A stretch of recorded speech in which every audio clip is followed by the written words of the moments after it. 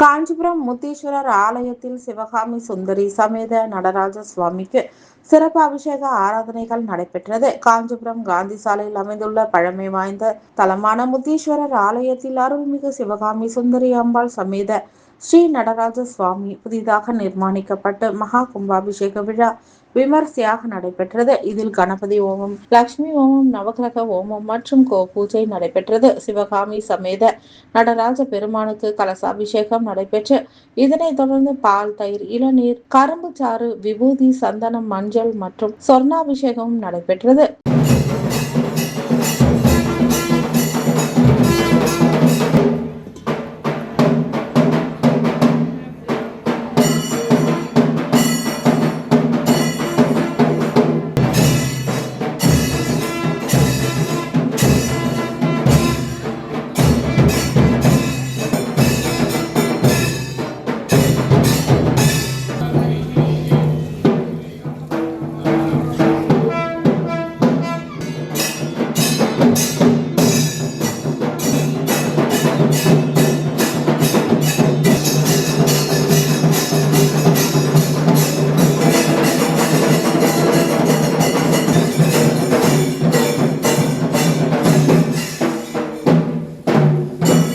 இதனைத் தொடர்ந்து சிறப்பு தீபாராதனைகள் நடைபெற்று பக்தர்களுக்கு பிரசாதங்கள் வழங்கப்பட்டது. விழா ஏற்பாடுகளை ஆலய அறங்காவலர் குழு தலைவர் சரவணகுமார், அறங்காவலர்கள் கடம்பன், தசரதன், பாலச்சந்தர், ஏகாம்பரம் ஆகியோர் சிறப்பாக செய்திருந்தனர்.